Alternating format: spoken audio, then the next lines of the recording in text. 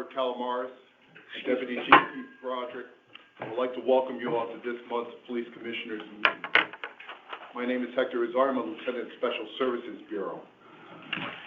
I would like to cover a few administrative items regarding today's meeting. First, please be respectful and remain quiet while others are speaking. If you are called on to speak, step up to the podium, state your full name and address so it can be entered into the record. Each person will be given 3 minutes to speak. And please be respectful of everyone's time and make every effort not to repeat what has already been said by previous speakers. Thank you. Okay.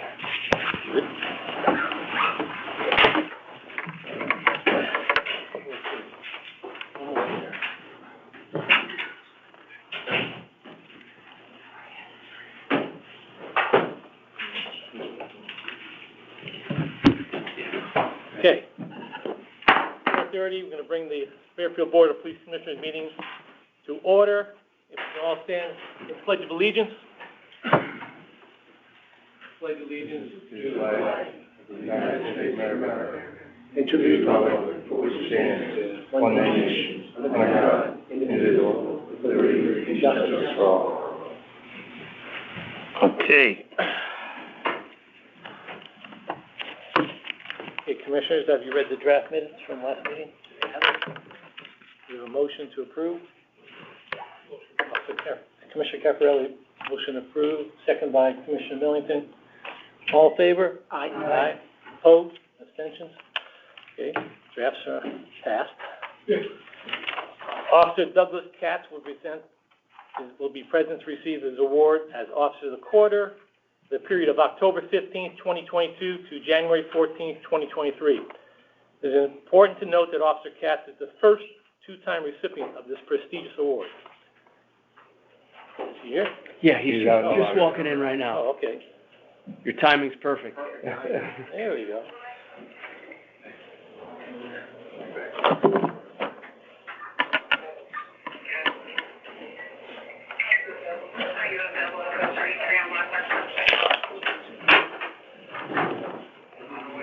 Thanks, John. Thank you, John.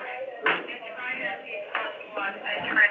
gas vehicles, they are blocking traffic on Black Rock Turnpike. Oh, we got those around here.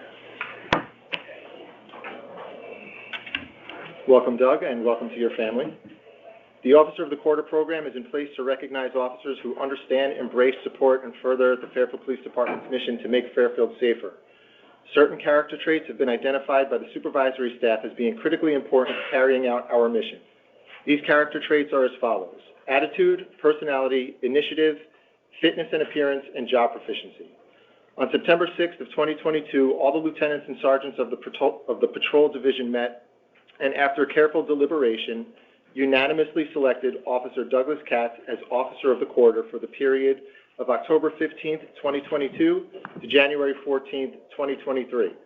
Further, it is important to note that this achievement makes Officer Katz the first two-time Officer of the Quarter. Officer Katz has displayed the following traits for this prestigious recognition. Personality: Officer Katz, since joining the department, has been known to be reliable and dependable on any assigned shift. He has developed a great working relationship with his peers and supervisors alike. Officer Katz has shown determination and persistence with the way he is driven to see his investigations through to completion. His reliability and compassion with citizens are a true testament to Officer Katz's character. Attitude: Officer Katz always shows up for work upbeat and ready for any assignment placed upon him. He is always volunteering to take on additional assignments and goes out of his way to assist other officers. Officer Katz always tries to be a positive role model. Officer Katz's willingness to take on tasks and challenge himself makes him a valuable asset for the direct supervisors. Fitness and appearance: Officer Katz is able to keep himself physically fit and shows up every day looking prepared and ready for duty. Initiative: Officer Katz takes the initiative on all of his investigations and looks to pursue them as far as he can take them before handing them off. Officer Katz is knowledgeable and is able to complete his investigations with little supervision. Job proficiency: Officer Katz has maintained a high level of work since joining the force and has continuously challenged himself. He has a thorough understanding of motor vehicle and criminal law and knows how to apply it accordingly. Officer Katz has a strong ability to interact positively with citizens and represent the best face of the agency. He is detail-oriented and takes great pride in his work. It is also important to recognize Officer Katz's performance under pressure, as well as his resilience, as shown in many recent high-stress incidents and investigations. It is our pleasure to present Officer Douglas Katz with his second Officer of the Quarter award. Congratulations.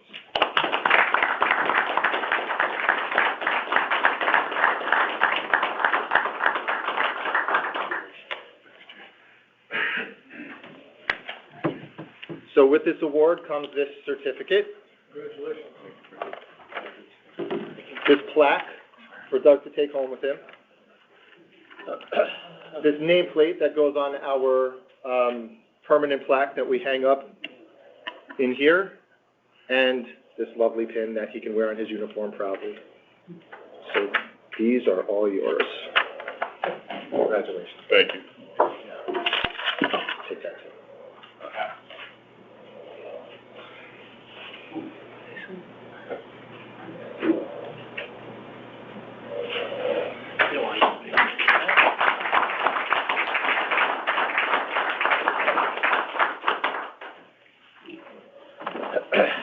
Okay, next on the agenda is recognition of Captain Antonio Granada for his successful completion of the 283rd session of the FBI National Academy.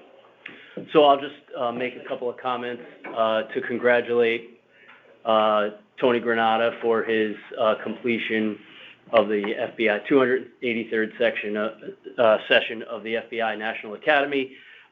One of many officers to complete this accomplishment from our department, in addition to getting straight A's for master's level courses while he was down there.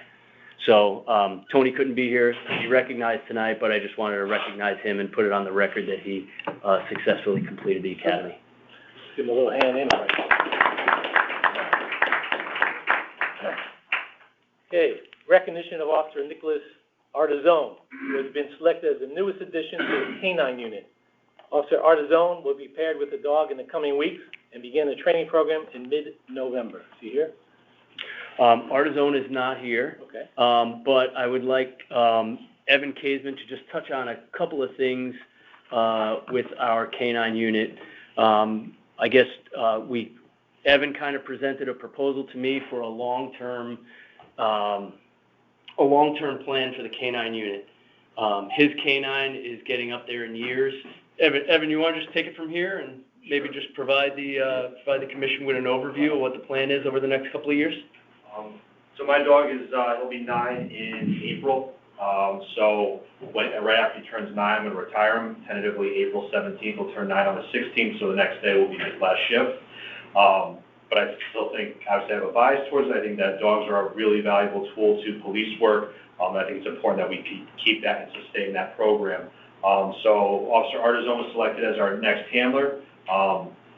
This will allow us some time to get him up and running before I retire my dog, and then my long-term goal is hopefully around this time next year to add another dog to get it back to 3. Probably a year after that, Officer Wells, who's one of our other current handlers, his dog will be retiring after that, around probably 2 years from now. So plan for the same time 2 years from now. So kind of one dog every year over the course of 3 years. That'll allow us to kind of regain some funds and plan and get equipment that we need. The training programs are only offered a certain amount of times a year, so we can coincide with when those programs are offered and just kind of keep it, give some opportunities to some younger officers. I know that there was a lot of interest from some new people who didn't really meet our time requirements for this last opportunity. So I think it's going to be something that's going to be really sought after going forward. But that's our goal right now. We've looked at a couple dogs. We're going to be pairing Officer Artizone with a dog in the next few weeks. And then, like Commissioner Pine said, the program will begin in mid-November. It's about 2 months, 2.5 months to get the dog fully trained in patrol and narcotics detection. And again, we're looking for the most versatility out of the dog that we possibly can get. So I think that it's going to be a good fit, and we're looking forward to it. Sir, how often do our dogs go out and patrol? How active are they? So it kind of goes in waves. Some of the changes to Connecticut law have maybe reduced our uses over the years. I know that when we were our most active. Between myself and Officer Wells, we were doing probably 150 tracks a year, a couple hundred narcotic searches. It goes in spurts. We were used the other day for the bank robbery. We were used probably 3 times in 2 days, a couple of weeks ago, looking for a homicide suspect, robbery suspects, and stolen car suspects. So it goes in waves, but, you know, again, they serve a purpose that you can only get from police working dogs. They have qualities about them that we just can't duplicate. So They're a valuable asset to our definitely, department. definitely. Well, how old are the dogs when you get, have they been trained at all before you get them? No, so, when we get our dogs, they test them to make sure they have the drive and some of the characteristics that we're looking for in a working dog. One of the things we look for is what we call a toy drive or a ball drive, where they'll work for a toy or reward. So really we're looking for a dog that has a lot of energy and a lot of that drive, and then we kind of mold them into what we need them to do for police work. My dog was 16 months old when we got him. And the dog that we're looking at for our Officer Artizone just turned a year, and that's kind of like the minimum that we're looking for in a dog, because they're starting to get out of that puppy phase and get a little bit more mature. We can start asking them to do more of the complicated tasks that a police working dog What needs. kind of dogs do you look at?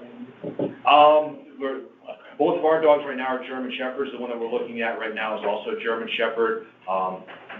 German Shepherds and Belgian Malinois are very common for patrol and narcotics. We call it dual-purpose dogs, where you can get a lot of versatility out of a single dog, whereas you know, labs and stuff like that are more of a single purpose based on their capacity to do multiple jobs. Anything else? Anything else? No? Okay, thank you. If I could just add Oh, that sure. Officer Artizone was selected through a selection process, and it wasn't just we handpicked him. You know, it has to do with usage of sick time, overall proactive enforcement and proactive activity on the road as a patrolman. And then they would submit a letter of interest for this, and then Evan Kaisman and other command staff would bring them in on an interview and see if they're a right fit to be a canine handler. Super. Yeah. Yeah, nice. Okay, discussion by Captain Edward Wyatt regarding a proposal to the Board of Finance. The proposal will request that a licensed clinical social worker position be embedded at the Fairfield Police Department. I'm just going to read you guys the proposal that we put together for the Board of Finance, because that pretty much explains it. It gives a pretty good overview. So the Fairfield Police Department proposes that there are multiple benefits to the agency, the mental health consumers, and community at large by employing a full-time licensed clinical social worker, LCSW, paid for and supervised by the Town of Fairfield and Fairfield Police Department. Such benefits include increasing services to the Town of Fairfield, specifically in the areas of mental health and addiction services. The main objective is to increase consumer access to timely mental health and/or addiction intervention, thus providing more complete and thorough responses and resolutions to behavioral health calls for service. The long-term positive collateral effects include, but are not limited to, decrease the frequency and intensity of behavioral incidents, decrease recidivism by repeat consumers, minimize potential for injury to all involved or bystanding parties, minimize use of force incidents and the inherent potential negative effects of such, and overall minimize potential for agency and town liability. A little bit of history. The Fairfield Police Department implemented its unique Crisis Intervention Team Program, or CIT, in 2011. The model was recognized as progressive and received national recognition when it was published in Police Chief Magazine in 2015 under the article Fairfield Life, a Crisis Intervention Model. The Connecticut Alliance to Benefit Law Enforcement often utilizes our CIT officers to present our CIT model at cable CIT certification trainings. In keeping with the progressive nature of the program, as early as 2012, we have discussed the benefits of employing a full-time social worker to enhance the CIT program. This was not a popular idea at the time, and it did not gain traction. However, we adapted by closely partnering with local mental health agencies. This approach has laid the foundation and enabled us to be ready to receive a full-time town-employed LCSW. Regarding House Bill number 6004, Section 18, this act requires all Connecticut police jurisdictions to enter an evaluation period regarding the benefits of utilizing social workers in the field. The Fairfield Police Department has been engaged in this practice for several years and has observed firsthand the overall positive benefits of these partnerships. However, with mental health calls for service rising dramatically, our past and current practice of intermittently borrowing a mobile crisis clinician from one of our community partners does not adequately fulfill our goals and obligations to the accountability bill and to the community. Further, several of our neighboring agencies have employed at least one, sometimes two, full-time embedded LCSWs in their police departments. Just to give you guys some stats, over the last 5 years, our mental health calls for service that we've been tracking, 2017, the number was 45, 2018, 65, 2019, 22, everybody sees a dip in the COVID years, 2020, 62, 2021, 96, and January 2022 through this morning, I just ran the stats, 468. Wow. So there are several reasons why this number has dramatically increased, aside from the national spike in mental health incidents occurring in the general population. Since January of 2022, we have revitalized our CIT program in several ways, including training 6 new CIT officers, implementing a more detailed tracking system, and establishing the Fairfield Police Behavioral Health Network. The Fairfield Police Behavioral Health Network, or we call it the FPBHN, is a think tank made up of liaisons from a variety of local mental health agencies. These initiatives have helped us to better identify mental health issues co-occurring with criminal violations and incidents of public disruption. That said, there is likely a high percentage of underlying mental health conditions that have gone unidentified. While CIT officers are trained to recognize behaviors consistent with a variety of mental health disorders, they do not in any way possess the credentials to make a diagnosis. Thus, an undiagnosed individual or lack of disclosure of a diagnosis result in our inability to track and address an issue as a mental health call. This is a major gap in the process that can be remedied by employing a full-time LCSW. Regarding the FPBHN and our Juvenile Review Board. The FPBHN and JRB are tremendous resources for our mental health consumers and juvenile communities, respectively. However, these programs would be far better leveraged if coordinated by an LCSW. Having LCSW coordination and oversight of these programs among their primary responsibilities would ensure we are maximizing program potential and efficiency. The level of investment in our community would be better achieved if the LCSW was employed by the town of Fairfield. Okay, Commissioners, we have questions. Oh. Is there an amount that we're asking for to fulfill that, set aside that position? So, I don't know if you want to just, Board of Finance. Yeah, so the proposal is to make it a town hall employee, a member of the town hall employees union as a THEA 6, which is like an administrative person with some level of expertise in a certain area. I think that is the proposal, and I think that is what the CFO is requesting from the Board of Finance to fulfill this position. So it'd be one person That's correct. to fit that position? That is correct. Okay. Yes. You have a spot in the records, isn't there? You have a spot for them in records too?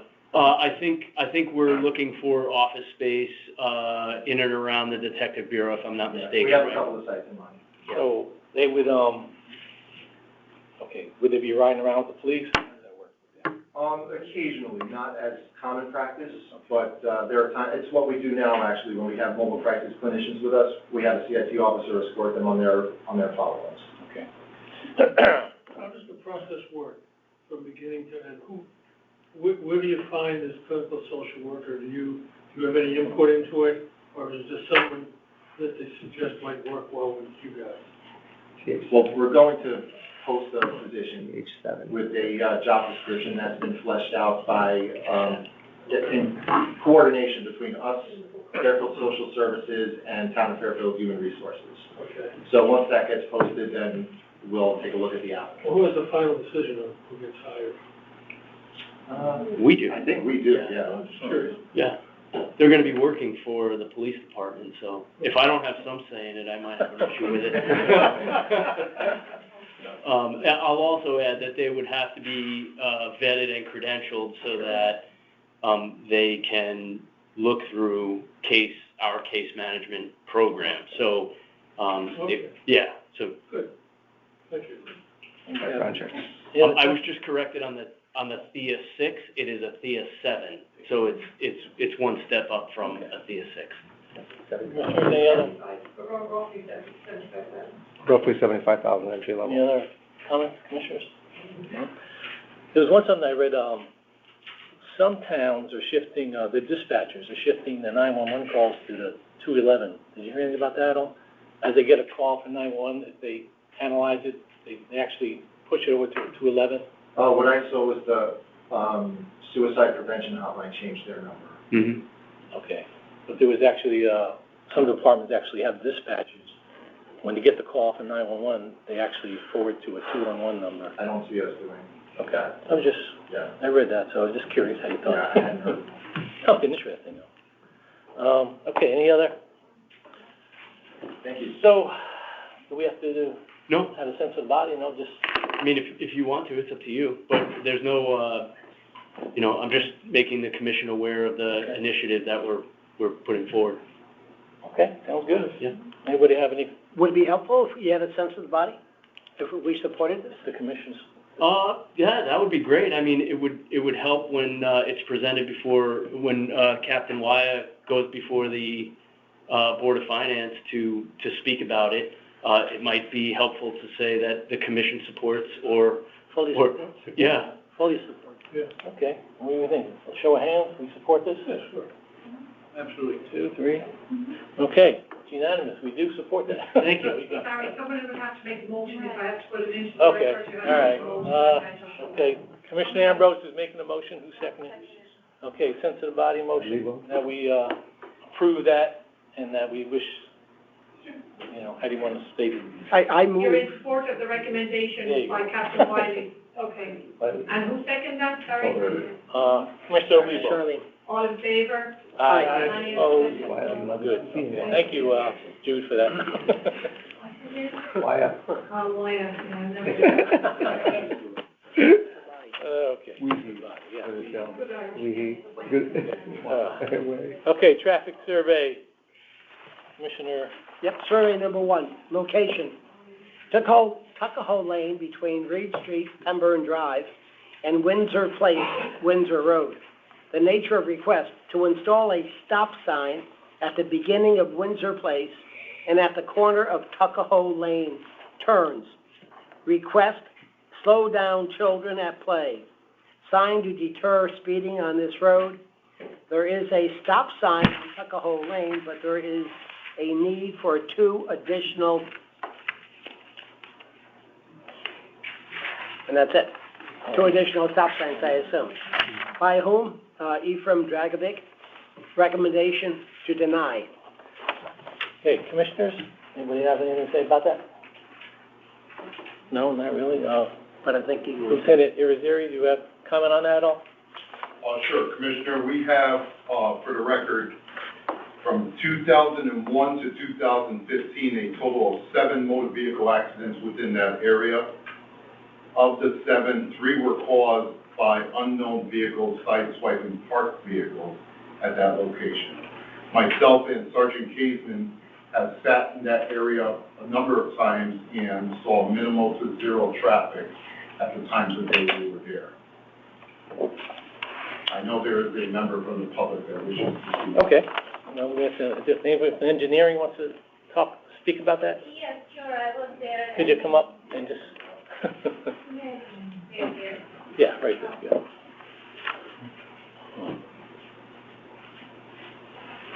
Go straight. Hi, my name is Megha. I'm from town of Fairfield. I'm an engineer. So I was with the site walkthrough in this, and the school children's play sign is actually a comment that is actually not supported by federal and state agencies. So this is one of the reasons that we don't support that sign. Okay. NATCD, and I agree with Lieutenant Harrison. Okay, thank you. Thank you. Okay, anybody from the public would like to talk? No one else? Just, you know the rules, right? Identify yourself, address, and you got 3 minutes. Got it. My name is Matthew Sandrowski. I live at 221 Tuckahoe Lane, right around the corner from there. And with the proposal, we'd like to propose that those 2 stop signs go in more of to slow down the cars. It's not the amount of cars in the area. It's kind of a cut through. And the northern part of Tuckahoe, the intersection is kind of a Y intersection, and the northern part has the stop sign, that's up on a hill, and it's not clearly visible from the southern part of Tuckahoe and also when you're coming up. The neighborhood's changing. It's kind of moving from an older neighborhood to a younger neighborhood.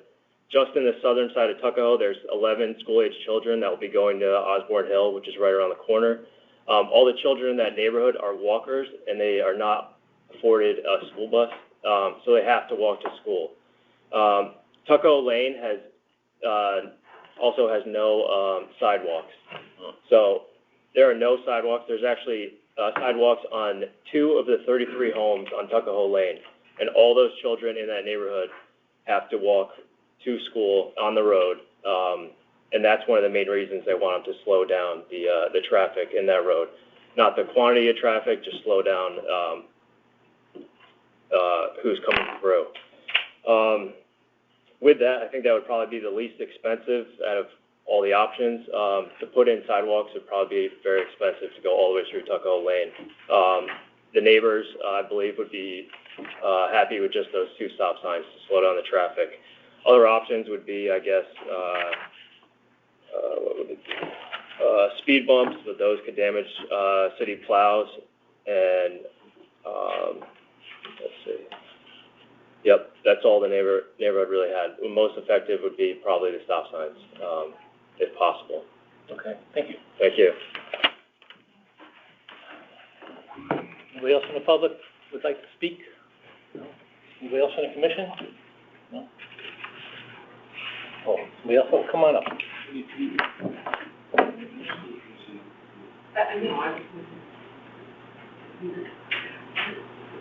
I had this for our traffic survey, but I think it's relevant to this traffic survey as well. Just come up to the podium, state your name and address and speak. I think you've been here before, right? Oh, this is my 3rd time. 3rd time's a charm, right? No comment.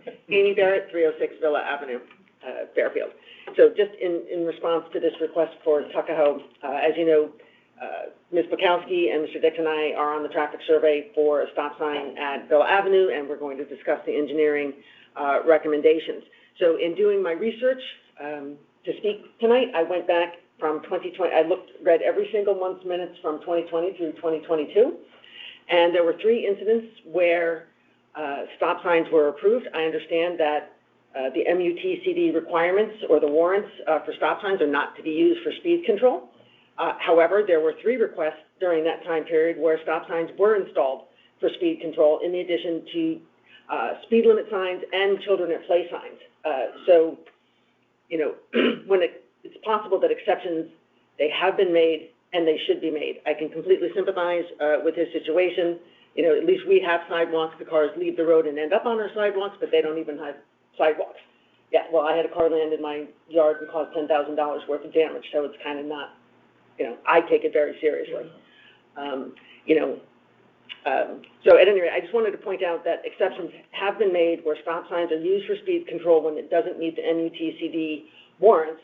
So I think if there's enough supporting data for these requests, that it should definitely be a consideration, because something else that I was going to mention when I speak is that, there was a recent article about speed control and traffic in Fairfield.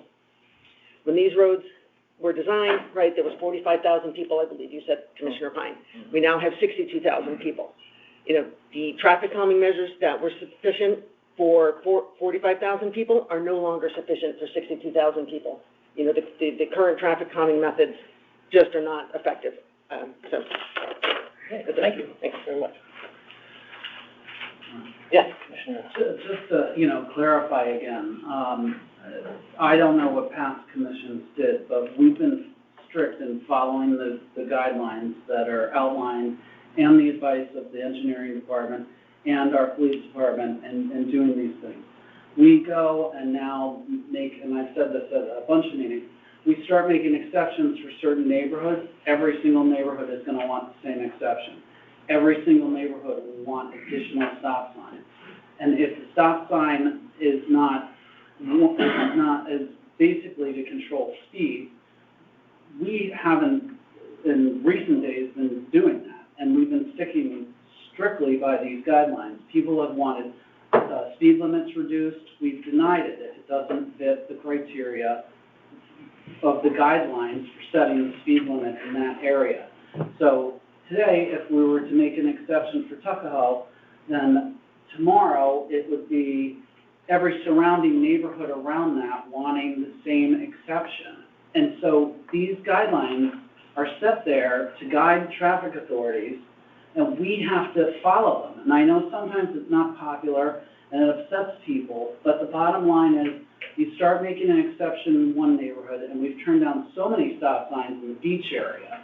The beach area basically would love to have a stop sign at every single intersection on the way down to the beach. But we have to follow the advice of the police department, the guidelines that are set forward, and listen to the engineering department. So it's not that we're trying to, make neighbors upset. Obviously, we'd love to make everybody as happy as we can, but we have to follow these guidelines. Otherwise, you make an exception in one neighborhood, and obviously, in the past, commissions made an exception or two, and then what happens? They come back, an exception was made this time, and now they want an exception made for us. So I think we've been trying to adhere to all of the advice from the police department, engineering, and follow the guidelines, and I think that's what we have to continue to do. Okay, so, oh, another hand up. Yes, come on up. So this on, Tuckahoe or something else? Tuckahoe, yeah. Oh, okay. Yeah. Hi, everybody. I'm Sarah Roy. I'm the current chair of the Bike and Pedestrian Committee, and I live at 3 Buena Vista Road. And I want to speak to Jamie's comment about having to follow the rules, and just a rhetorical question. If so many of these residents are looking to break the rules, who's wrong? Are they wrong, or are the rules wrong? And I understand that you can't change the rules, but we're also not talking about the myriad of other traffic calming options that are out there. You presented stop signs. I mean, that's one of the most obvious visuals that we have currently in our community, but there are other options all around us. Bridgeport has a pilot speed hump program, and if they're designed correctly of a certain size, they don't damage plow equipment. Westport has a speed hump program. There's neighborhood traffic circles that can be considered. They can occasionally require small clips of corners, land takings, but they can be negotiated. There are other types of traffic calming, road narrowing, that aren't being talked about here. It doesn't have to be stop sign or no stop sign. There are other options that can be discussed. And I just wanted to say that I think that it's worth exploring for these people who they're just asking to feel safe and comfortable traveling by foot or bike, even by car, because it makes it safer for cars too, in their neighborhood. This is a quality of life issue. If children don't feel safe walking to school, that's up to us as the community to address that proactively if we can. So that's my comment. Okay, thank you. Yeah. May I make just one more comment, again, to address Commissioner Milligan? It's very... Oh, he's there. Come on up.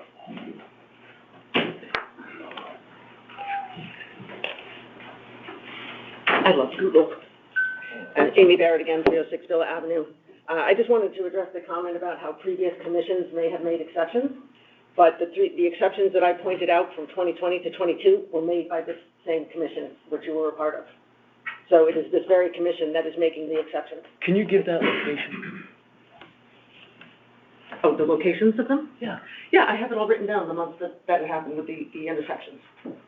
So, I'd like to see that. Yeah, I don't recall us ever saying we're gonna decide not to go with the guidelines, not to go with the MUTC. The MUTC guidelines, not go with the police department, not go with the engineer. There had to have been one of those three that came. Okay. Sorry, this is for, Captain Calamar. In September... Engineer Hurley would like to speak. She was gonna say the three locations. Yes. So in September 2020, stop signs were implemented at the corner of Rock Major and Stony Brook as part of speed control and to prevent a blind intersection. In November 2020, Mill Plain Road and Henry Street, and October 21st, Burr Street, and I believe Hemlock. What was the last one? Burr Street and Hemlock. This was all in When? the minutes, When? October 2021. Well, And when I read the minutes, there was no mention of MUTCD guidelines at Well, all. I So I was mean, the looking for one you specific read things. was blind intersection, so Well, that was the it- reason for the. Yes, although it was also speed control, and for example, well, I will address it when we get to ours, but ours is also a known blind intersection. But, the point is, there was no mention of MUTC guidelines following them or not following them with this very same commission, so there just needs to be some consistency. Okay, thank you. Commissioner Hurley, Engineer Hurley.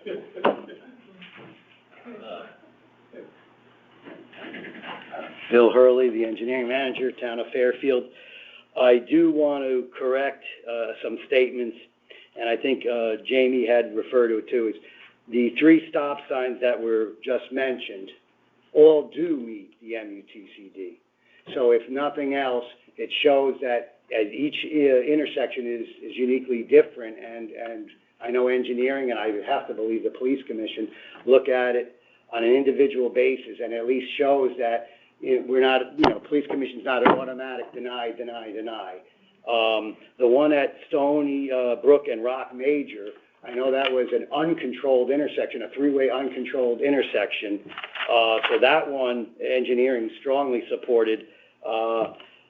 Mill Plain at Henry, is that the one you said? Yeah. Mill Plain at Henry. We didn't put stop signs on Mill Plain Road. It would have been just for Henry Street, I think. I'm not familiar with that one. So that might have. The location of the traffic survey. Yeah, so, and then Burr Street at Hemlock, it would have been, if there was any signs, it would have been on Hemlock, not on Burr.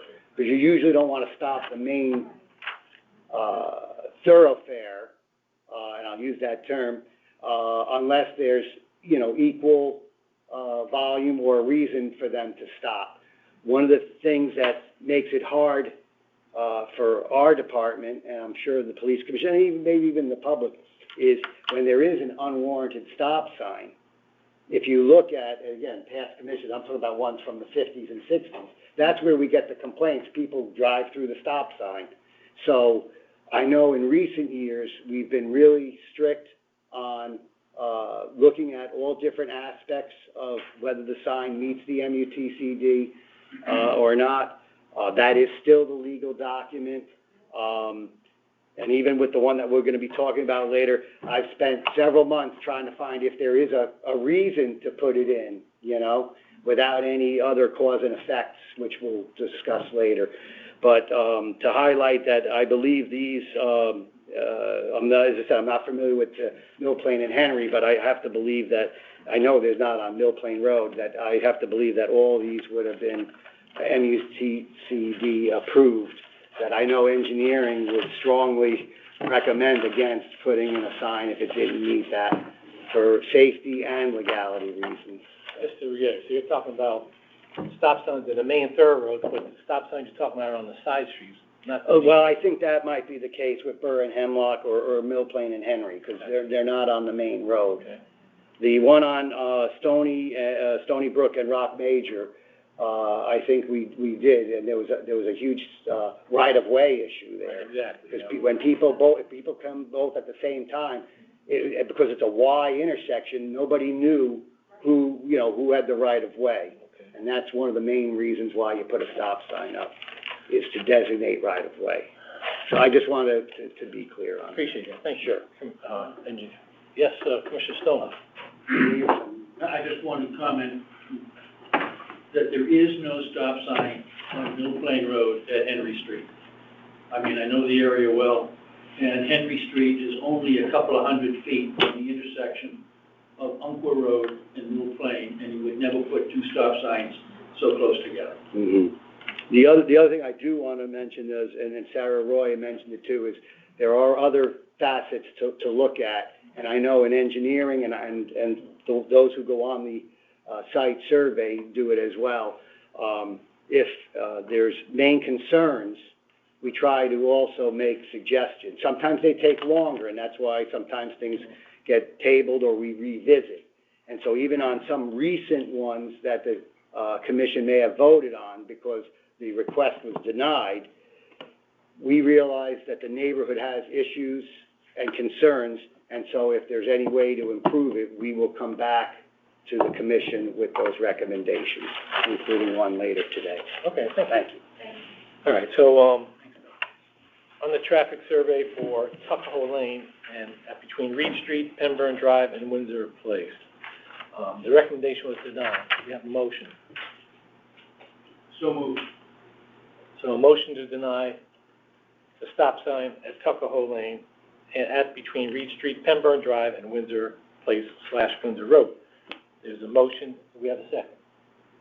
Well, the motion to accept the recommendation. Right, to deny the stop sign. No, but you're accepting the recommendation, correct?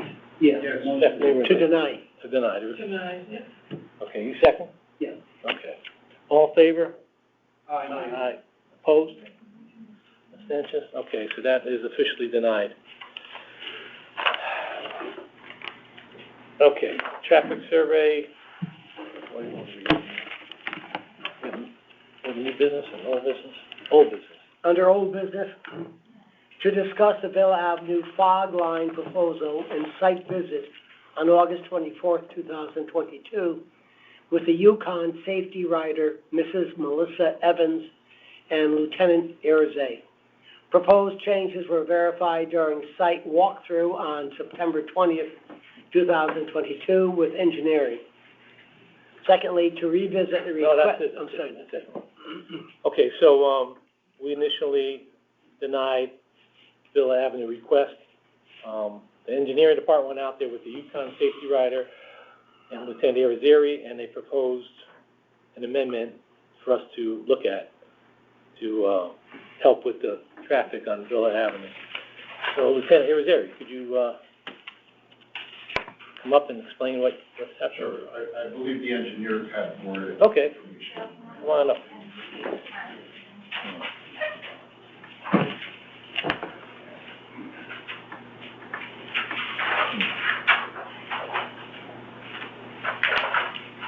Thanks,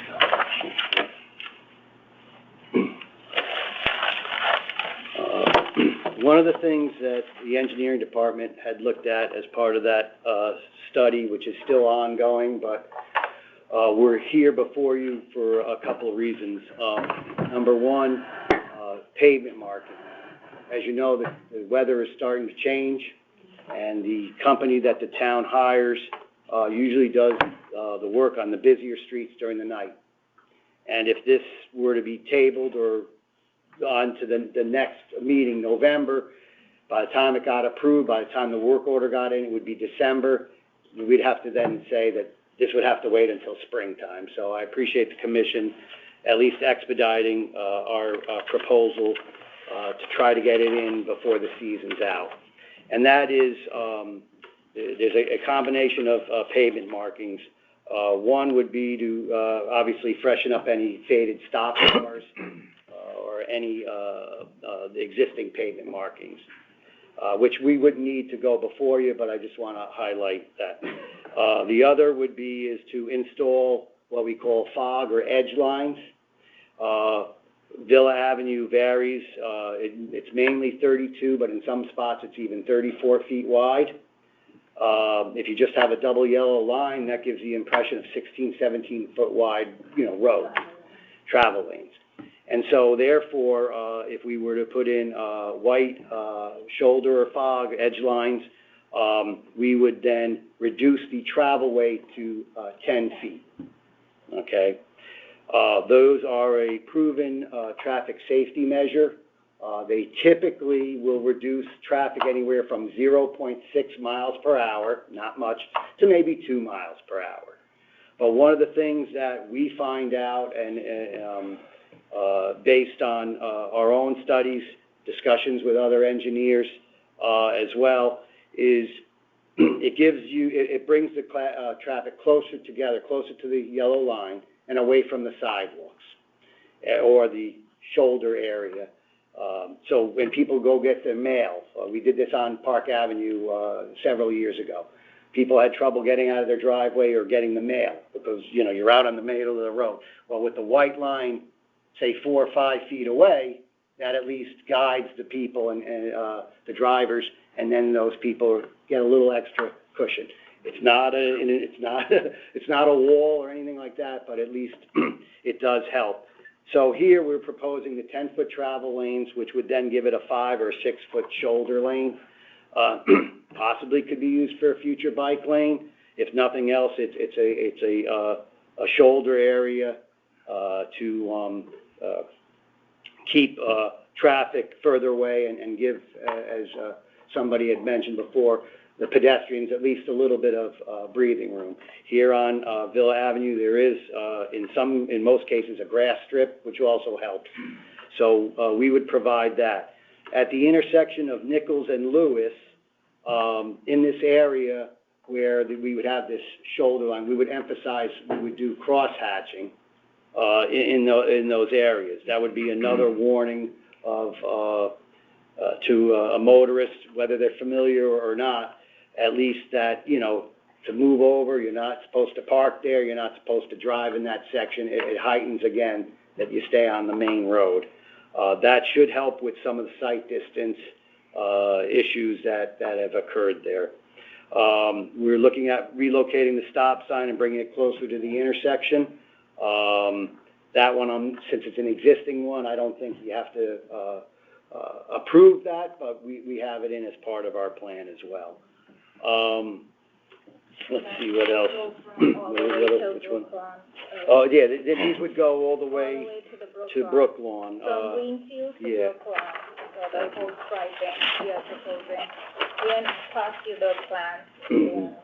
Yeah. It will be on both sides of the road? Yes, Yes, both sides of the roads. This is how this will look actually right now, if you see it, where these are the sidewalks. And when they're done, we can show the public if anybody wants. Sidewalk grass strip on this side, but We're not tech savvy enough to do it.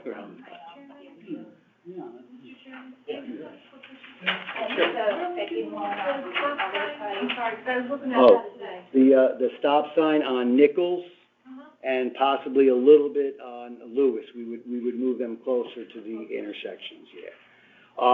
There is some sight distance issue with trees and bushes, and that was recommended by the Yukon safety advisor as well.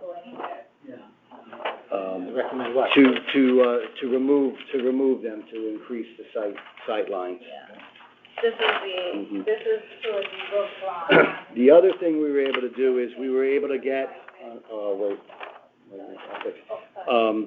we were able to get what they call a ball bank indicator, which is you use to determine speeds, advisory speeds, not necessarily speed limits, but advisory speeds. And this was right on the cusp of the S curve, which we'll call it, of 25 miles per hour. But on the strongest degree of curvature, we are able to go down to 20 miles per hour. And so we are recommending, as part of that funny-looking sign, and I'll pass this around, that this is what we're proposing, to have a supplemental plaque underneath 20 miles per hour. So, and that's. So you think, let me just clarify that. So you're lowering the speed limit to 25? No, it's an advisory speed, but anybody not familiar with the area, it warns them that they should be doing 20 rather than 25 in that S curve. And for even those familiar, again, it just heightens the awareness that there's a curve ahead. Because I think one of the contributing factors that we noticed, maybe that will change when the town purchased the 150 Villa Avenue, is you get right off of Brooklawn Avenue at Route 59 there, and you have a straightaway. And there's some nice-looking houses, but they're a lot farther apart. There's a lot less density right in that area. And then on the other side, you have a vacant parcel for the first, 300-400 feet of the roadway. So that kind of gives the illusion of, this is a country road, and you can go fast on it without no. So these warning curve signs will help do that. And there are obviously different proposals for the town use of that parcel that may be incorporated to a future police. Including the installation of a sidewalk. Yeah, we're looking into that, yes, a sidewalk, a potential crosswalk or something like that. I don't want to say that definitely because we have to study that. We just purchased the property, but we're definitely going to be looking into that measure, taking down the fence and giving it a more of a pedestrian feel and a little pocket park. So I just wanted to highlight that. If you want it for the official record, right, I just want to confirm, it's a W1-10D sign and a W13-1P sign. And as I said, it would be the 20 mile per hour yellow and black placard that goes underneath. The sign, I know some of the neighborhood was kind of a little bit confused with that sign. There is a better definition sign that we're going to recommend that DPW buy, the 2 new signs.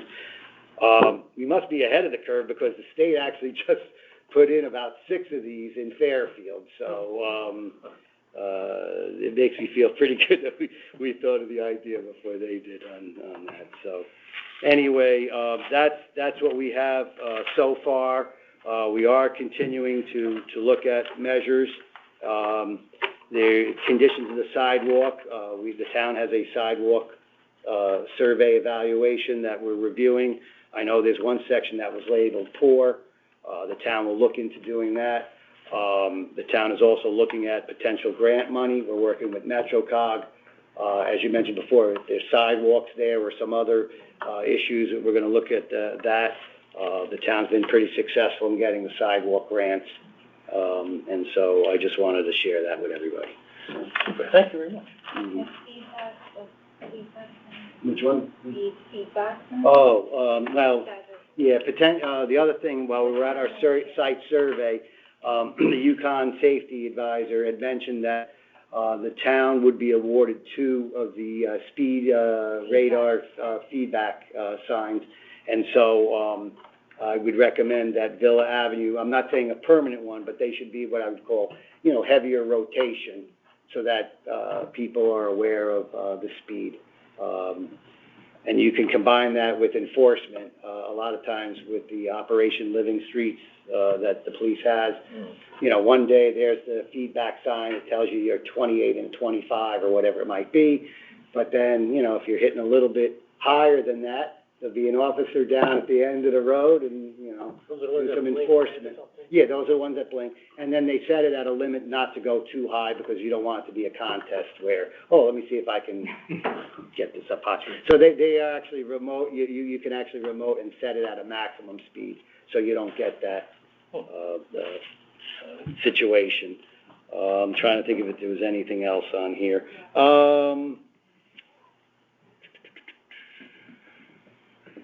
No, I think I've covered it all. If anyone has any questions, let me know. Any Thank questions? Okay. Any questions? Commissioner Lebo, any questions? Good job. Thank you. I'm sorry, I can't. Speak up. Yeah. We were monitoring the speed on Hill Avenue. Is that not correct? I thought I saw a sign there. No? There is currently 2 signs there, Yeah. an eastbound and westbound direction, Right. which will also provide us with some analytics on the roadway, volume, speed. Do we have any results on that? Or? Not yet. Okay, well, I didn't know. I just saw it today because I was checking out what the stop sign was. Thank you. Okay, thank you. Good job. Thank you. Okay, so, Villa Avenue, new proposals for Villa Avenue, as you heard. Is anybody from the public want to speak on that? Oh, come on up.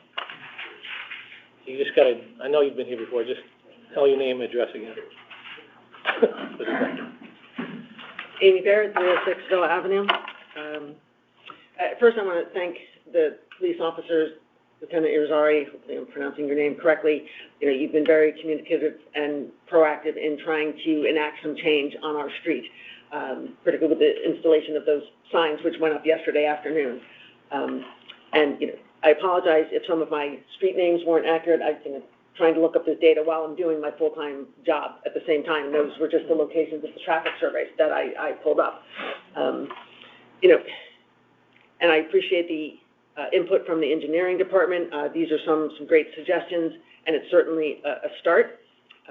But as I mentioned before, the traffic calming measures that were, used for 45,000 people, they're not sufficient for 65,000 people. We have to be more progressive in our solutions. One of those speed signs happens to be right in front of my house, and lucky you guys, I work from home, so I can go out all day, and I've been looking at it, and we walk the dogs, and we watched it, and we routinely watched from last night through this afternoon, people ignore those signs. Some people were continuing to accelerate to over 45 miles an hour despite the flashing sign. They ignore that little curvy sign. They're just not paying attention to the sign. So while the stop sign might not be the best solution because it doesn't meet those warrants, these are certainly a good start, but, 0.6 miles to 2 miles per hour when a car is going 43 miles an hour is not statistically significant. If you hit me at 41 or 43, I'm going to just be a mass of broken bones. That's not statistically significant as far as slowing traffic down. And that's really the issue here. We cannot pull in and out of our driveways safely. Where I am on Villa Avenue, when we have to back in, and, this morning I almost got rear-ended because someone came flying around the corner and they were flashing their lights at me. I'm like, where are you going? Because there's traffic backed up to the stop sign, but they're still flashing their lights at me, pissed off that I pulled out to take my kids to school. When we back in, we look at Teddy Bear Corner because they have the white vinyl fence and we can see the headlights way before we see an oncoming car. It's the only way we can pull in safely from our driveway. And I just want to give you, I guess, a little bit of my experience. Right? I've lived there for 25 years, which as I was sitting there, I realized is nearly half of my life, which I've been born and raised here in Fairfield. I've lived here my whole life. I've spent 25 years on Villa Avenue. And in the late 90s, early 2000s, it was not uncommon to have cars break down in front of my house because both passenger side tires were blown out. And 318, the building next to me, used to have steel reinforced concrete posts. And that's because the owner of the building, Jack Zotak, got tired of getting calls that a car had gone off the road and landed into his building. In the early 2000s, that significantly decreased. At any guess what the change was? The town fixed the curb as it was coming around the corner. There was no curb, and they were hugging the road so closely, they were hitting the pieces of broken curb, blowing out both their tires, and then losing control and landing in the building. When they built that curb up, it built out the road, in effect narrowed the road, right, which is a proven traffic calming measure that doesn't, take a lot of time or money, and it can be, in my non-engineering opinion, should be able to be easily implemented. So while I think that these changes are great, I love a crosswalk. As I've mentioned before, children are crossing the street to get to a bus stop at the corner of Lewis and Villa. Possibly moving the stop signs might help, but really the issue here is controlling the speed. And a lot of the solutions that have been presented today and have been implemented to this date just are not calming the speed down. And let's see, was there anything else I wanted to say?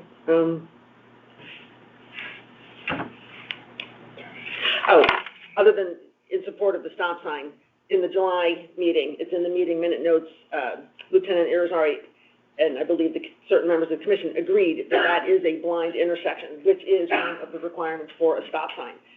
Lewis and Nichols are blind intersections regardless of the tree, because even if you take that tree down, the people that live in that multifamily house, they park right along Villa Avenue. So it's not even the tree that's blocking the line of sight, it's the people living in that apartment building that are parking there that are blocking the line of sight. So, it effectively makes it a blind intersection, which again meets the warrants for a stop sign. Senator Rosari, you've been doing selective enforcement. Do we have a number of infractions given out on Villa? If I could just add that, I just want to comment. Lieutenant Irizarry put together a chronological timeline of what we've done from the time we originally received the survey request and the email from Ms. Barrett to what we've done to date. And I will add that to the record at the conclusion of this meeting and provide it to the stenographer for the record. Does he want to read it now, or? That's up to you. You want to read it? Sure. Sure. Come on up. Yeah. So these are the efforts that they've done since inquire into the Villa Avenue. On April 19th of this year, I received an email from Amy Barrett requesting clarification on the process for traffic surveys after a traffic survey packet request for the installation of stop signs at Villa and Lewis was sent to her. The questions regarding what supportive documentation would be needed were answered by Mrs. Allison Murphy, my assistant. Ms. Barrett was advised that the request needed to be completed by the April 18th deadline in order to be placed on the May 11th, 2022 PC agenda, at which time the Board of Police Commissioners will conduct a meeting to review the team's preliminary recommendation from the site survey. Ms. Barrett was advised that the Police Commission meeting location and time would be on May 11th, 2022. On April 27th, 1 week later, Police Commissioners Jack Stone, Ron Pine, Town Engineer, Bill Hurley, and I conducted a site survey at the Villa Ave location. While conducting the survey, all in attendance agreed that the area near Lewis Drive needed to be addressed, specifically due to the poor line of sight at that intersection for westbound traffic on Villa Avenue at Nichols Street as well. Town Engineer Hurley suggested the placement of an MUTCD-approved horizontal alignment warning sign depicted in the package I have here, and that's the sign that's currently posted now. One sign posted west of Nichols on Villa and the other east of Lewis Drive. Therefore, tabling the idea upon further review for stop signs at that intersection.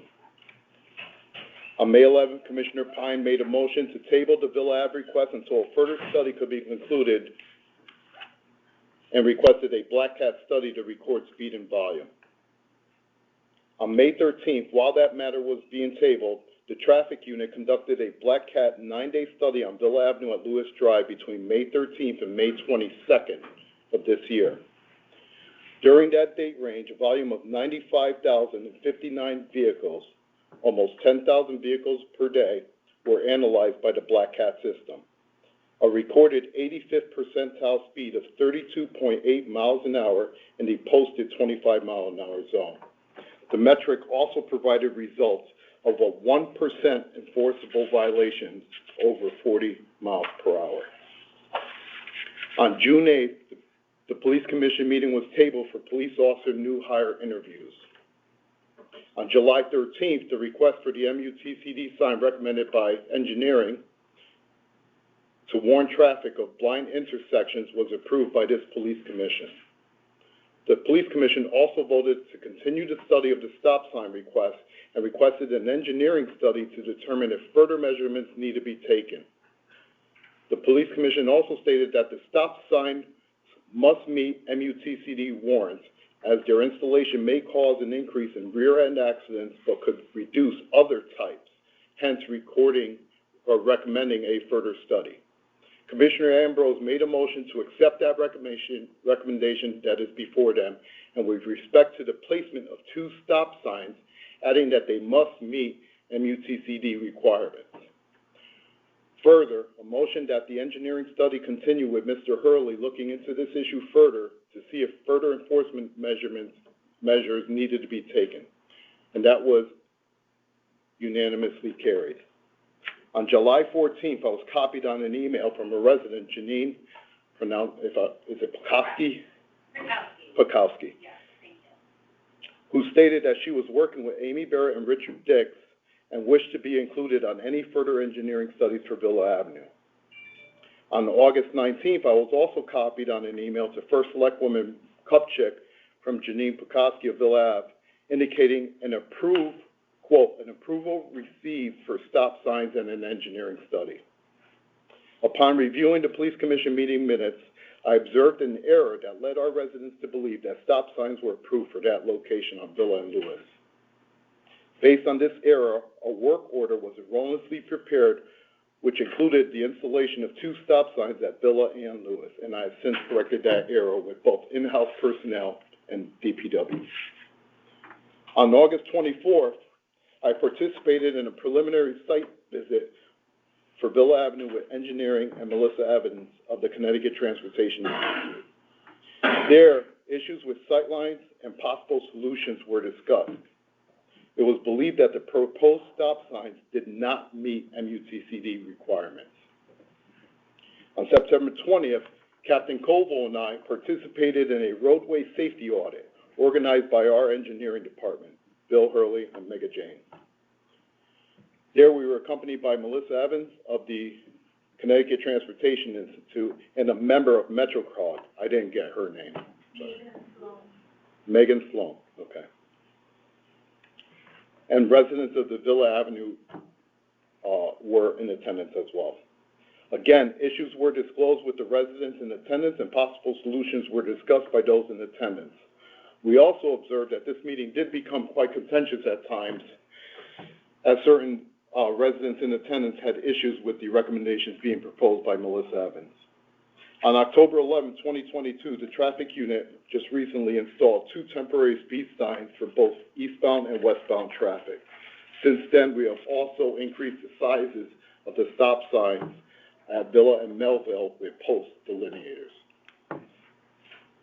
In addition to the above listed data, the total number of vehicle accidents reported between the dates of January 1st, 2019 and August 15, 2022, 23 motor vehicle accidents with 7 with injury, all between Villa Avenue, between Brooklawn and Greenfield Street, the area under consideration for traffic calming.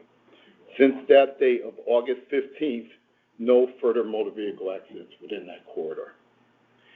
Lastly, to answer your question with regards to enforcement, since becoming aware of this issue on Villa Avenue, the 4-member traffic unit has conducted over 45 traffic stops and made 23 motor vehicle arrests for various violations, including but not limited to speeding. Thank you. Thanks, Okay, so,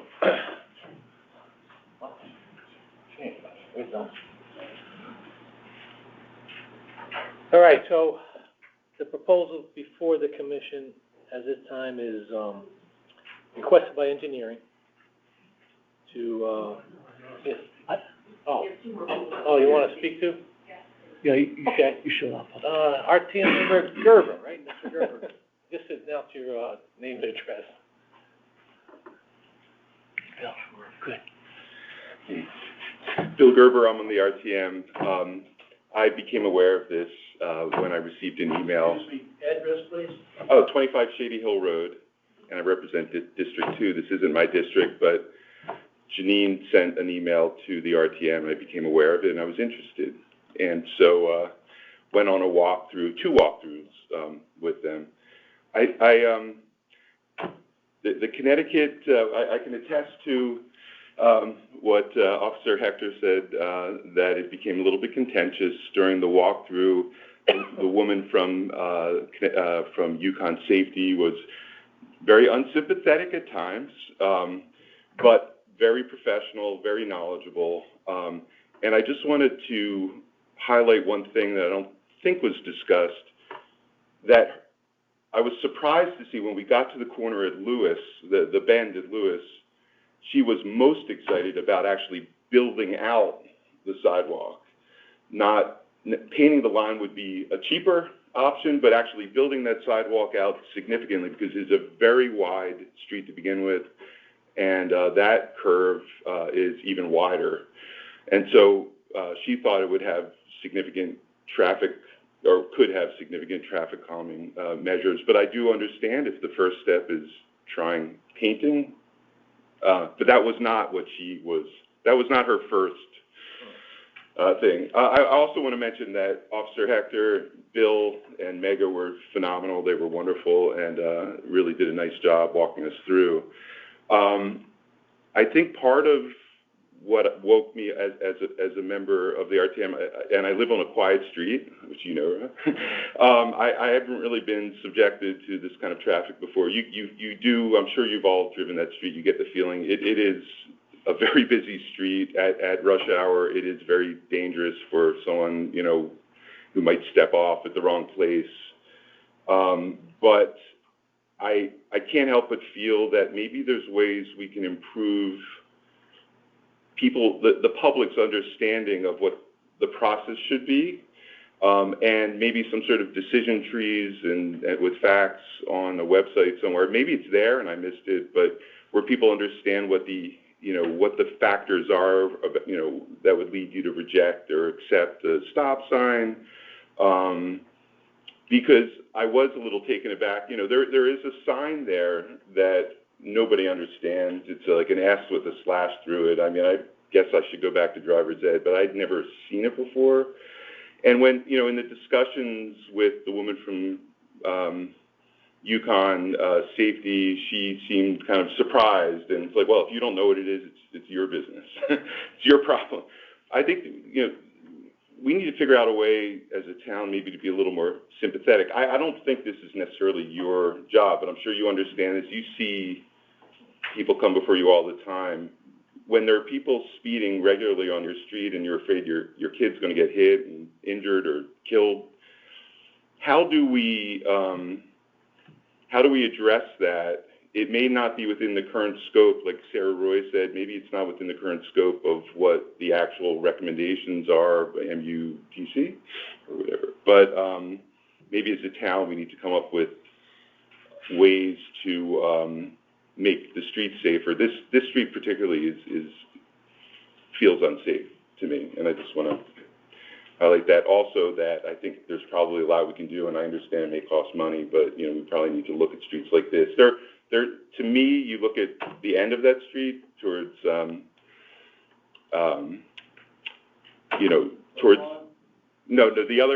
towards like Greenfield, yes. That there's economic activity there that probably would be improved if there was more walkability to that area. There are probably economic opportunities if we improve the streets there. So. Thank you. Thank you. I'd like to make comments. Okay. Just the same rules, 3 minutes and name it. Sorry. Can I break my timer? No. I got the clock right there. Okay. Janine Bukowski, 79 Lewis Drive. Thank you, Lieutenant Irizarry. You have been exceptional. You've been so supportive from the beginning. The actions that the PD have taken, we appreciate them, we note them, and we look forward to continuing to work with you. And to the engineers, thank you so much for being here tonight and for presenting your recommendations. Commissioner Pine, I do want to address some of the comments that came from the article last week that was published. That's the one your picture is in? Yes, me and my 3 children. So the first one, because I want to address these because I think that, as you mentioned, there are recommendations on the table, but we hope that there will be additional recommendations down the road. And the first was that you had said in the article that there's not much you can do. And I think that tonight is proof that if we think outside the box, if we take residents' voices into account, there is something we can do. The second is that there was an accident that was an anomaly, and that is false. Just since I started this process with Amy and Rick, there have been 3 accidents. All of them have gone off the road. If my children were walking that sidewalk, they'd be dead. It's not okay to spread false narratives about the lived experiences that we have day in and day out. There has been an egregious lack of communication and transparency throughout this process. I have emailed. I spent hours emailing, and I have not received responses with detail, except from Lieutenant Irizarry.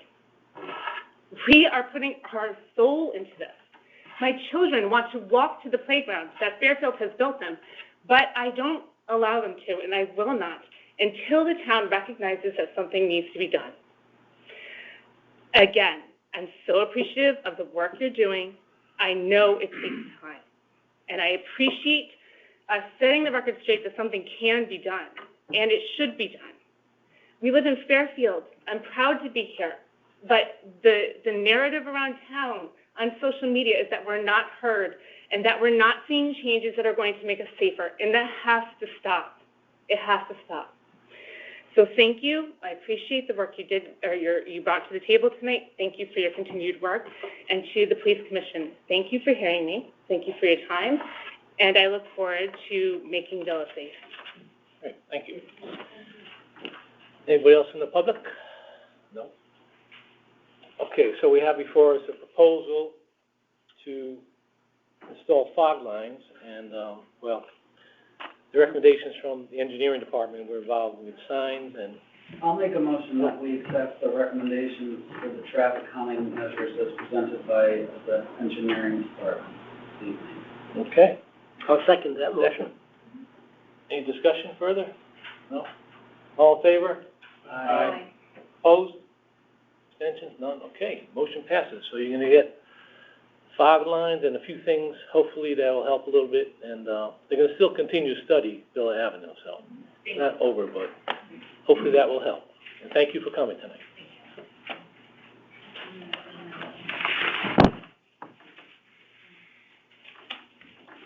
Okay, what do we got next on here? Okay, we have to, number 2, want to read that? Number 2, to revisit a request by Carla Miklos, Executive Director of Operation Hope, and Rob Greenbaum for a panhandling is unsafe sign to be posted in select areas of Fairfield. Okay, Chief, want to present something, or? Sure. She's not here, right, Carla? What's that? Carla's not here. No, she's not here. Okay. This is just a secondary proposal. You know, a couple of months ago, I brought it before the police commission in an effort to make an attempt at trying to curb the panhandling issue that we have in town. The commission asked me to speak with the Stamford chief to see if those signs have been effective. I found out from him that Greenwich also has them. So we looked at the Greenwich sign, which I found a little bit more desirable than the Stamford sign. But they did say that they have, moved the panhandlers to other places. They find them to be effective, and it's something that they can kind of point out. It's not necessarily for the panhandlers. It's for the people who are pulling up to the stop sign to provide them with some information if they want to go elsewhere. We would obviously, Carla Miklos does support this. I spoke with the first select woman who does support this, and I'm just looking for support from the commission to see if we can have a designated area. I was thinking the traffic circle at Black Rock Turnpike and Kings Highway, try it there for now, and if there's, if we see a cause and effect there, we can then maybe propose to have it at other areas that they're either moving to or other areas that we see the panhandlers are working. Okay. One of the things that because I deal with this all the time, if you push them off of the state property that they're on, they're going to go to commercial driveways, and you're going to see them at the entrance, Stop and Shop, ShopRite, and everything like that. And I'm not exactly sure that's what we want to do. And also, I mean, I see them on state property, not town property. So, I mean, we're installing signs at the exit ramps. I mean, and the other problem is, you put up a sign like this. First of all, I doubt anybody is going to pick up their phone and be like, let me give right now and wait at the stop sign here, you know? That's a lot to take in and of a glance at a sign. And you're going to have people that are saying, well, panhandling is unsafe. Let me call the police. There's a panhandler here, you know, and then, you know, it's just going to increase call volume. I mean, we tried numerous things in Shelton. The only thing that, well, we chased them off the ramps, they went to the commercial establishment. Now the business owners all have to pay to post signs so that we can enforce them, and now they just scattered to the other commercial establishments. So, I mean, I think it's mostly state property problem. Yeah. I think if you chase them from that spot with the signs, they're not going to leave town, they're just going to go to a better spot. And frankly, the better spot is the exit to the grocery stores. We have a professional panhandler. He makes hundreds of dollars a week at Big Y. And if you try to give him a ticket without the sign, he sued the town of Stratford and won because they arrested him for panhandling without the proper sign. So I just think this is going to open a bag, a big problem that is unanticipated by putting these signs, and I'm not sure we can put them on the exit ramp. Yeah, I don't think we have jurisdiction on state property, so we can't really approve to put a sign on state property, can we? We could apply to the Office of State Traffic Authority. Okay, I also spoke to the, first select woman, and I explained to her that. Yeah, Ron, you can't- I also spoke to the first select woman and, explained to her that state property, and she said she'd make some phone calls, but whether that happens or not, but we really can't approve a sign on state property, so.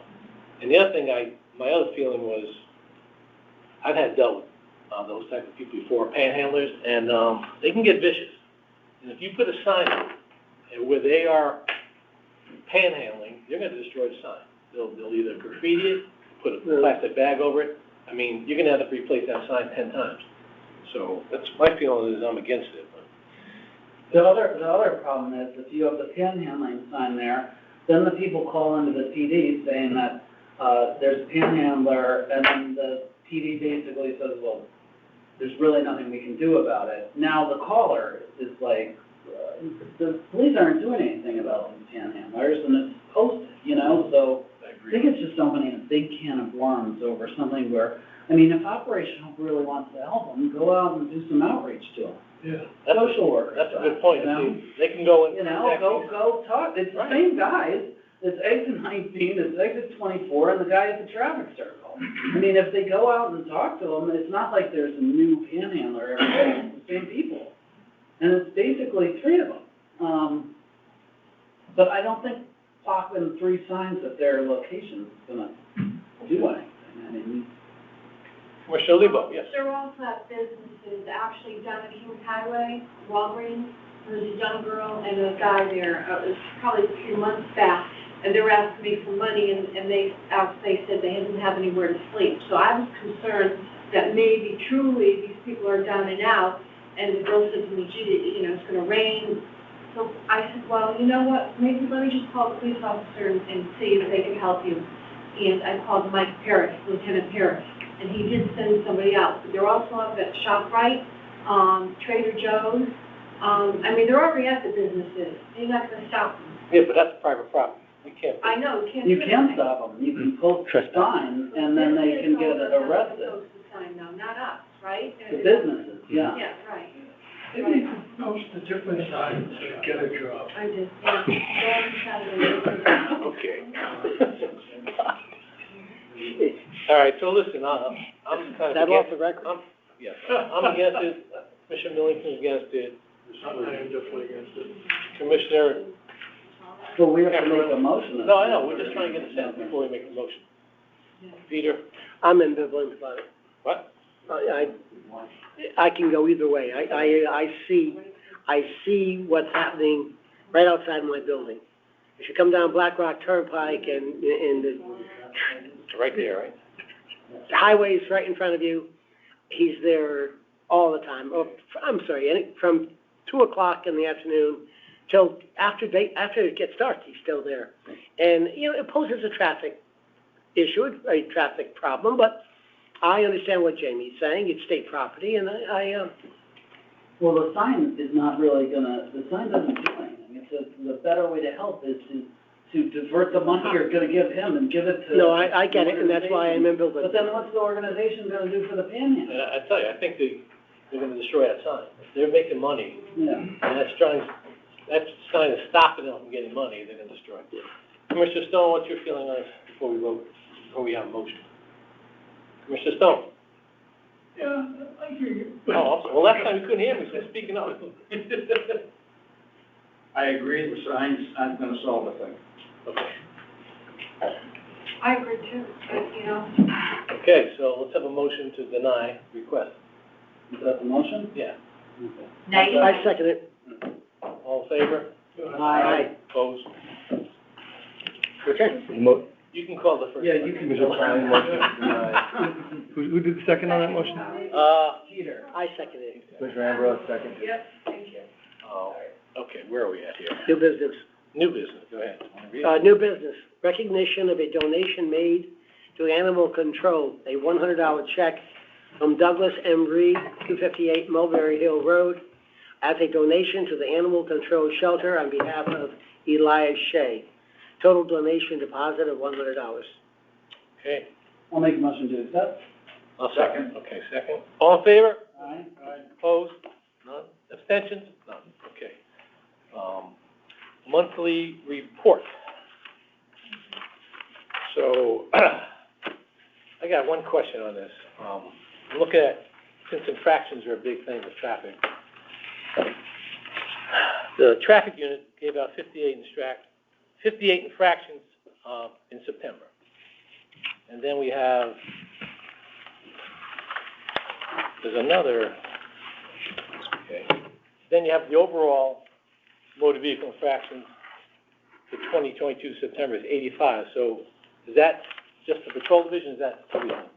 Like, in other words, you have motor vehicle enforcement, we have your warnings, misdemeanors, you have 85 given out in September, and then the Special Service Bureau gave out 50 in September. So What page are you getting the second staff from? I see the one for traffic safety. okay, so on page 13, you have it with you? Yep.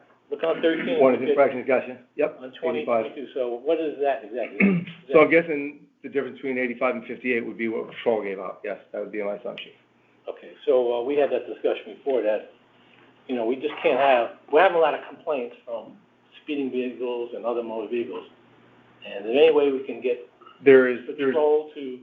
There's something that works by the captain and the good. patrol division right now about increasing not only infractions, just stops in general.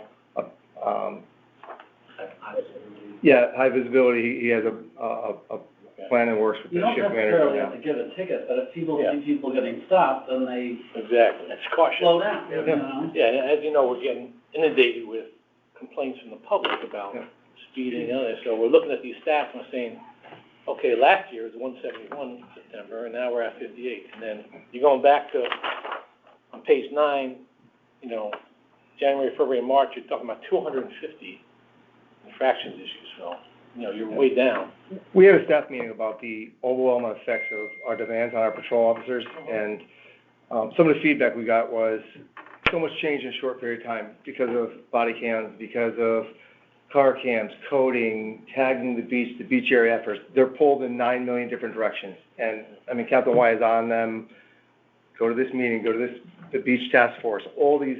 So we're just getting up to force. We've been short too, and we're, you know, another 6 months, we're going to be fully staffed, which will hopefully make that number go up too. So for once we finally have extra patrols on shifts, which we didn't have for a long period of time, we were short. Okay. So worried about burnout. I know we've talked about all that, but the consensus we got from all the supervisors was that they all feel that they're pulled in so many different directions, and we just asked them to redirect some of their energy into traffic, because it's our number one problem. Yeah, not to be redundant, but as you know, we're getting bombarded with complaints. We explain them what happens here.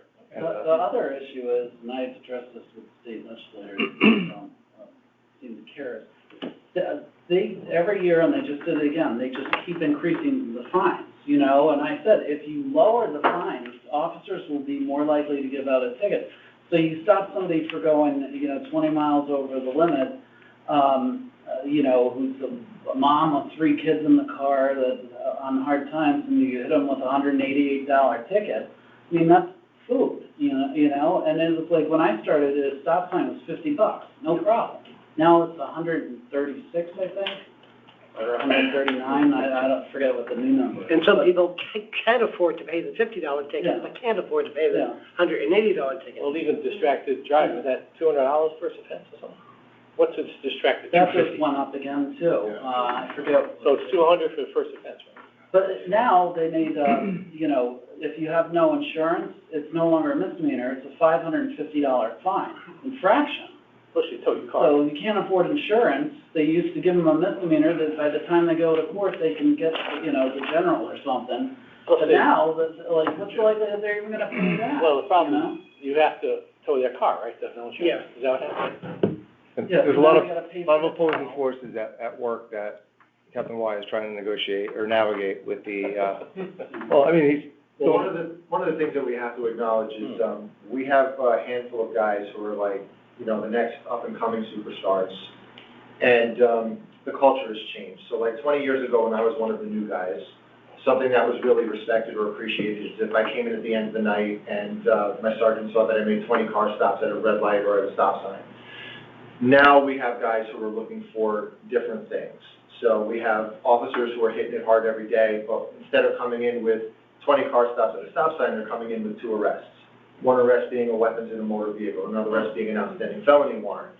And with the amount of technology that has been pushed on the guys over the last couple of years, one guy stops a car, makes that great arrest with a gun in the car, narcotics in the car, and he has to enter all of this data into one computer before he takes a photograph. Then he has to enter all that same data into another computer before he does fingerprints. Then he has to upload his body camera footage. Then he has to use another computer to log the evidence. Then he has to use another computer to write his report. So depending on the arrest, that one officer who's doing a bang-up job is now off the road for anywhere from 2 to 4 hours. So we have to also consider quality over quantity. And I'm not saying that they can't pick up their traffic stop stats, they can, and that was my big appeal to them. So 20 days ago, I made that appeal to them, and I just ran the stats again today, and they did increase. So we have to give it a little bit of time to see how much it's going to increase, but at the same time, there is a balance there that we have to recognize that there's a certain quality of motor vehicle stop that we're looking for now that maybe we necessarily weren't years ago. Well, well, as a former police supervisor, and Jamie can piggyback on this one, you have a crew that doesn't do anything, sure. We've had them in Norwalk, and you have them in Shelton. You say you have your superstars, then you have another crew that need to be motivated a little bit. You know? Yeah, there's always those outliers that need a little kick in the pants, and I believe I've taken care of that, so Excellent. time will tell. Music to my ears, Captain Wyatt. Thank you. Okay, anybody else have anything on the, oh, sorry, go ahead. Commissioner Stone, go ahead. Just a curiosity item, more than anything, on page 12, under alarm response summary, for the months of January through July, the number of alarms and the number of false alarms balanced out. But in August, there's a difference of 26, and in September, it's 30.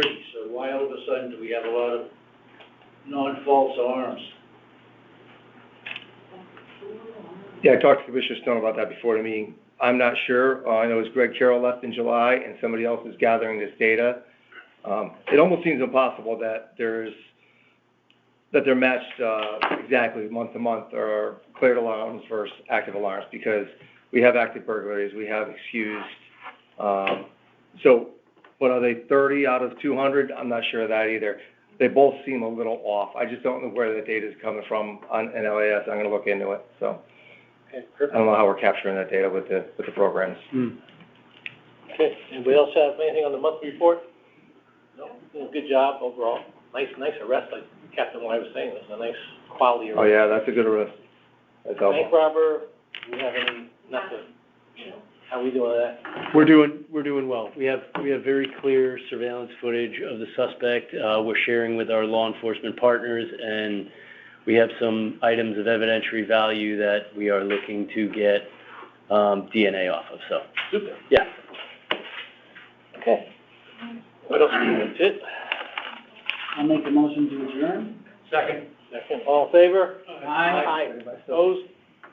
Abstentions, none? Okay, meeting's over. Thank you.